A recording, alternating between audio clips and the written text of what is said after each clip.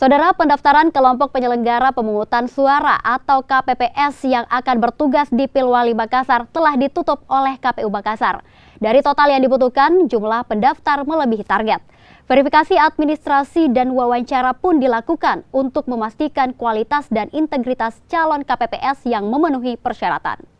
Hingga hari terakhir pendaftaran pada Minggu 18 Oktober lalu, jumlah pendaftar sebanyak 18.130.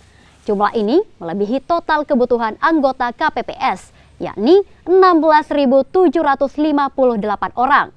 Tahap verifikasi administrasi dan wawancara pun dilakukan untuk memastikan kualitas dan integritas calon KPPS memenuhi persyaratan yang ditentukan.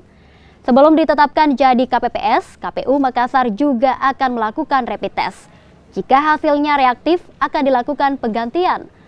Berbeda dengan persyaratan sebelumnya, petugas KPPS juga berusia minimal 20 tahun dan maksimal 50 tahun dan tidak memiliki penyakit penyerta atau komorbid.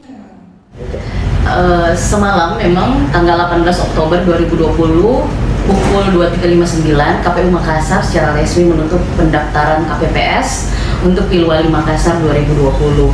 Total pendaftar itu adalah 18.130.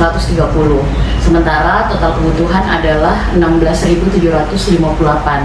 Dan dari pendaftaran itu kami terus melakukan cross check terhadap data-datanya dan keterpenuhan di setiap kelurahan. Alhamdulillah semua kelurahan terpenuhi kuota kebutuhan dari KPPS di wilayah tersebut.